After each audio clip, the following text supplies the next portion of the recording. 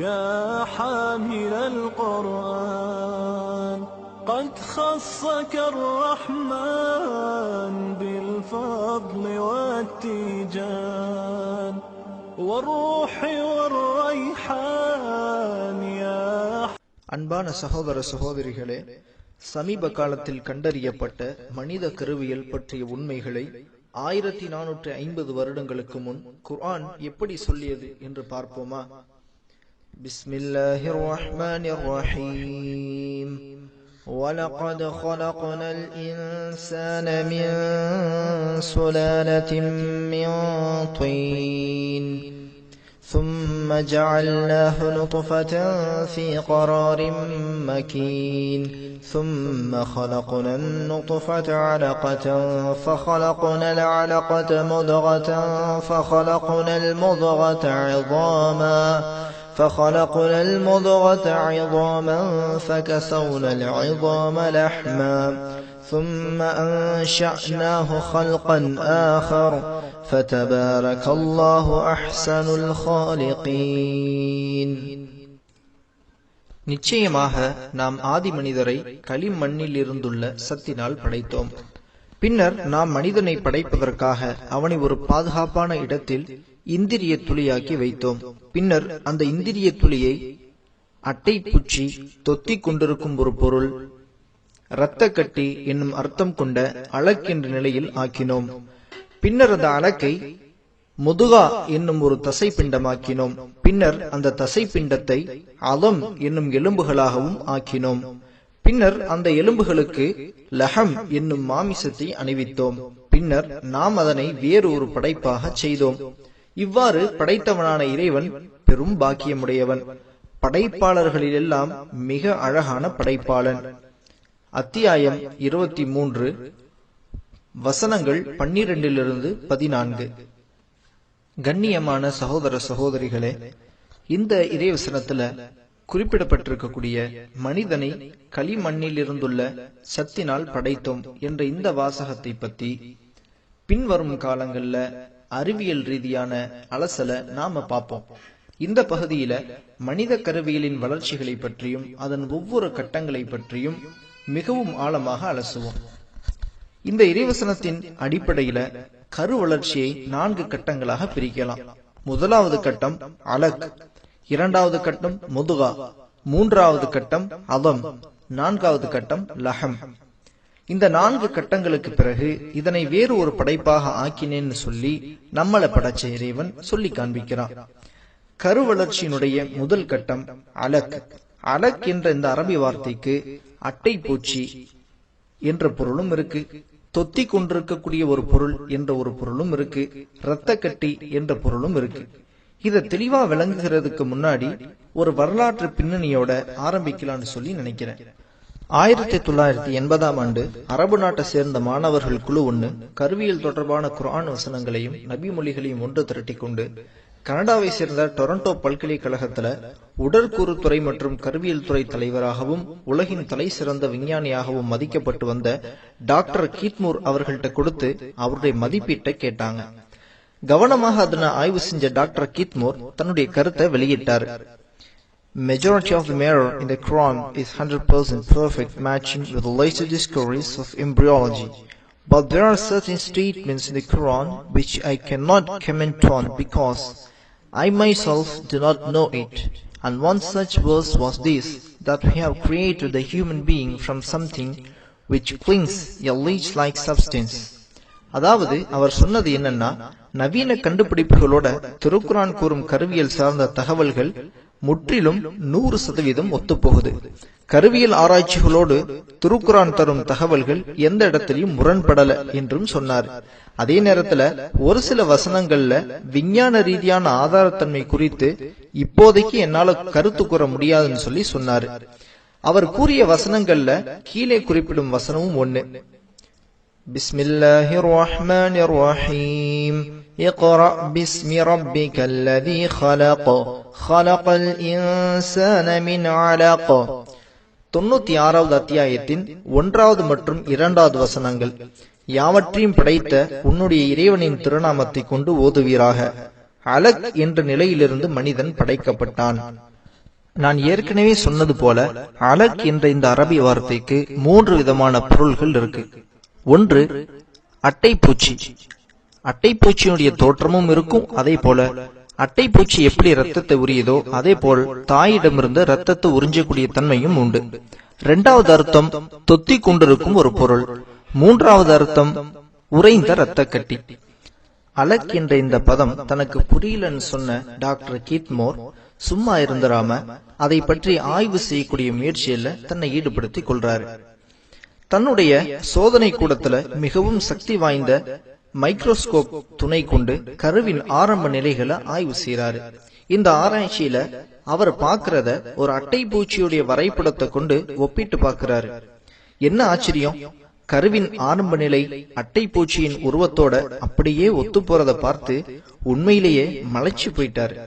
நீங்களும் இதை இந்த படத்துல பார்த்து தெரிஞ்சு கொள்ளலாம். அட்டைப்பூச்சிய ஆங்கிலத்துல லீச் அப்படின்னு சொல்லுவாங்க, பிளட் சக்கர் அப்படின்னு சொல்லுவாங்க.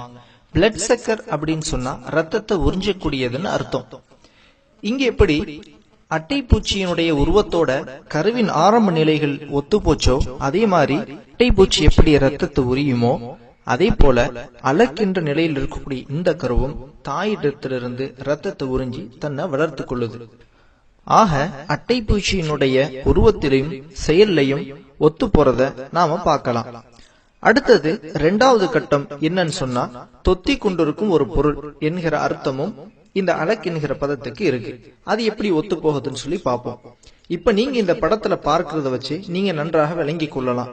அதனால இந்த 2வது அர்த்தத்துக்கு அதிகமான விளக்கம் கொடுக்க தேவையில்லைன்னு சொல்லி நினைக்கிறேன். 3வது அர்த்தமான உறைந்த இரத்த கட்டி எப்படி அறிவியலுக்கு ஒத்து வருதுன்னு பார்ப்போம். அறிவியல் மேதையான டாக்டர் கீத்மோர் இதனை பத்தி ஆராய்ச்சி செய்யறாரு. ஆராய்ச்சியின் முடிவாக அவர் சொன்ன தகவல் என்ன அப்படின்னா, கருவின் இந்த நிலையில கரு 80% இரத்தத்தால நிரம்பி இருக்கும். மேலும் இரத்த நாளங்களுக்குள்ள ரத்தம் உறைஞ்சி இருக்கும். கருவின் 3வது வாரத்துல ரத்தம் ஓடுவதும் கிடையாது, சுத்துறதும் கிடையாது. அதற்கு பிறகுதான் இந்த விஷயங்கள் ஆரம்பமாகும். ஆக இந்த கட்டத்துல கட்டியின் வடிவில் தான் கரு இருக்கும். கருச்சிதைவு ஏற்படும் பொழுது ரத்தம் கட்டியா இருப்பத பொதுவாக நாம விளங்கி இருக்கிறோம். ஆக அலக் என்ற பதத்தினுடைய 3 அர்த்தங்களும் நவீன அறிவியலோட கொஞ்சம் கூட முரண்படலை என்பதை இவ்வளவு நேரம் நாம தெளிவாக பார்த்தோம். கருவியலினுடைய 2வது கட்டம் தான் முதுகா. முதுகா அப்படின்னு சொன்னா என்ன? முதுகா என்பது மெல்லப்பட்ட சதை துண்டு என்று அர்த்தம். ஏக இறைவனான அல்லாஹ் தன்னுடைய இறைவசனத்துல சொல்லும் போது அலக்கை நாம் முதுகாவாக ஆக்கினோம் என்று தெல்ல தெளிவாக சொல்லி காட்டுறான். இதனை பற்றி ஆராய்ச்சியில் ஈடுபட்டிருந்த டாக்டர் கீத்மோர் ஒரு பிளாஸ்டிக் அச்சை எடுத்து கடிச்சு காமிக்கிறாரு. அதிலிருந்து பல்தடங்கள் முதுகா போன்ற தோற்றத்தை ஏற்படுத்தின. ஆக இந்த விஷயத்தை நன்றாக உள்வாங்கி கொண்ட டாக்டர் கீத்மோர் அடுத்த கட்ட ஆய்வுகள்ல இறங்குறாரு. டாக்டர் கீத்மோர் முதுகாவை எப்படி ஒப்பிட்டு பார்த்தார் என்பதை இந்த படத்தை பார்த்து நீங்க தெரிஞ்சு கொள்ளலாம். இதுவரைக்கும் கருவியலின் 2வது கட்டம் எப்படி அறிவியலோட ஒத்துப்போச்சு என்பதை நாம பார்த்தோம். இப்ப கருவியலின் 3வது கட்டமான அதம் என்பதை பற்றி பார்ப்போம். ஏக இறைவனான அல்லாஹ் இந்த இறைவசனத்துல முதுகா என்னும் மெல்லப்பட்ட இறைச்சி துண்ட போல தோற்றமளிக்கக்கூடிய ஒன்றை அலம் என்னும் எலும்புகளாக ஆக்கணும் என்று சொல்லி காட்டுறான். அதம் என்ற அரபி வார்த்தைக்கு எலும்புகள்னு அர்த்தம். முதுகாவை அதமாக மாத்தினோம், பிறகு தசையால் போர்த்தினோம் என்கிறது குரான். 25 முதல் 40வது நாள் அளவில் குருத்து எலும்பும் ஜவ்வும் இணைந்து உருவாகுது.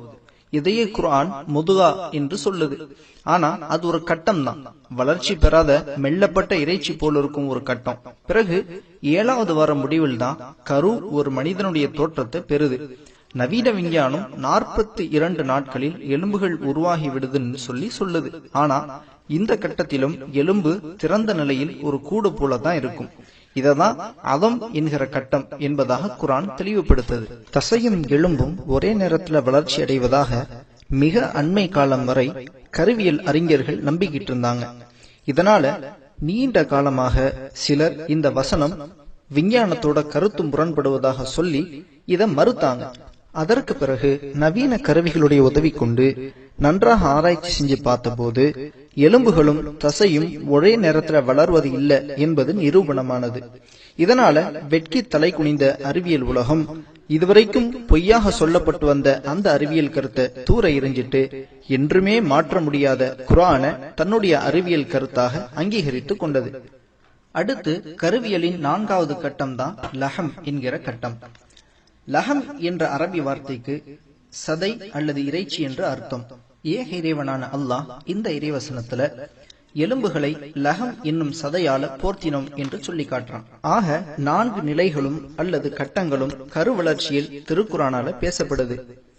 அலக், முதுகா, அலம் மற்றும் லஹம் என்ற இந்த கட்டங்கள் இவை தோற்றத்தை வச்சு கருவாக்கம் விவரிக்கப்பட்டிருக்கக்கூடிய நிலை. டாக்டர் கீத்மோர் இந்த 4 கட்ட முறையே சிறந்ததுன்னு சொல்லி சொல்றாரு. நவீன விஞ்ஞானம் 5 கட்டம் என்று வரிசைப்படுத்தியிருப்பது தன்னை குழப்பதுன்னு சொல்லி டாக்டர் கீத்மோர் ஒப்புதல் வாக்குமூலம் அளிச்சிருக்கிறாரு. ஆகவேதான் ஒரு கான்பரன்ஸ்ல அவர் பேசும் பொழுது, "It has been a great pleasure for me to help clarify statements in the Quran about human development. It is clear to me that these statements must have come to Muhammad, peace be upon him, from God, because almost all of this knowledge was not discovered until many centuries later. This proves to me that Muhammad, peace be upon him, must have been a messenger of God." இந்த கருத்தை 1981 ஆண்டு Saudi அரேபியாவில் உள்ள Dammam என்ற இடத்தில் நடைபெற்ற 7வது மருத்துவ மாநாட்டில் டாக்டர் கீத்மோர் தெரிவித்தார். Descriptions of the human embryo in the Quran cannot be based on scientific knowledge in the 7th century. The only reasonable conclusion is that these descriptions were revealed to Muhammad from God. அப்ப அவர் மனித கரு வளர்ச்சி பற்றி குர்ஆனில் உள்ள தகவல்களை ஆய்வு செய்து அதனை விளக்கி கூறக்கூடிய அந்த வாய்ப்பு எனக்கு கிடைச்சது, ரொம்ப மகிழ்ச்சியா இருக்குன்னு சொல்லி சொன்னார். மேலும் திருக்குர்ஆன்ல இடம்பெற்றிருக்கக்கூடிய தகவல்கள் யாவும் அல்லாஹ்விடமிருந்துதான் முகமது நபிக்கு வந்திருக்க முடியும் என்பதும் தனக்கு தெளிவாகிவிட்டதாக சொன்னார். ஏன்னா கருவியல் பற்றிய அறிவுபூர்வமான தகவல்களில் பெரும்பாலானவை பல நூற்றாண்டுகளுக்கு முன்னாடி கண்டுபிடிக்கப்படாம இருந்துச்சு. இந்த ஆராய்ச்சியே நபி ஸல்லல்லாஹு அலைஹி வஸல்லம் அவர்கள் அல்லாஹ்வுடைய தூதர் தான் என்பதை நிரூபித்துள்ளதாகவும் தெரிவித்தார். ஆக கண்ணியமான சகோதர சகோதரிகளே, அறிவியலுக்கு அறிவியலை சொல்லி தந்த இந்த குர்ஆனுடைய வசனத்தை பத்தி நாம அதிகமாக சிந்திச்சு பார்க்கணும்.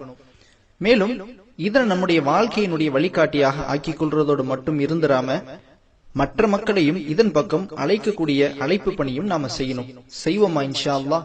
يا حامل القرآن قد خصك الرحمن بالفضل والتيجان والروح والريحان. يا حامل القرآن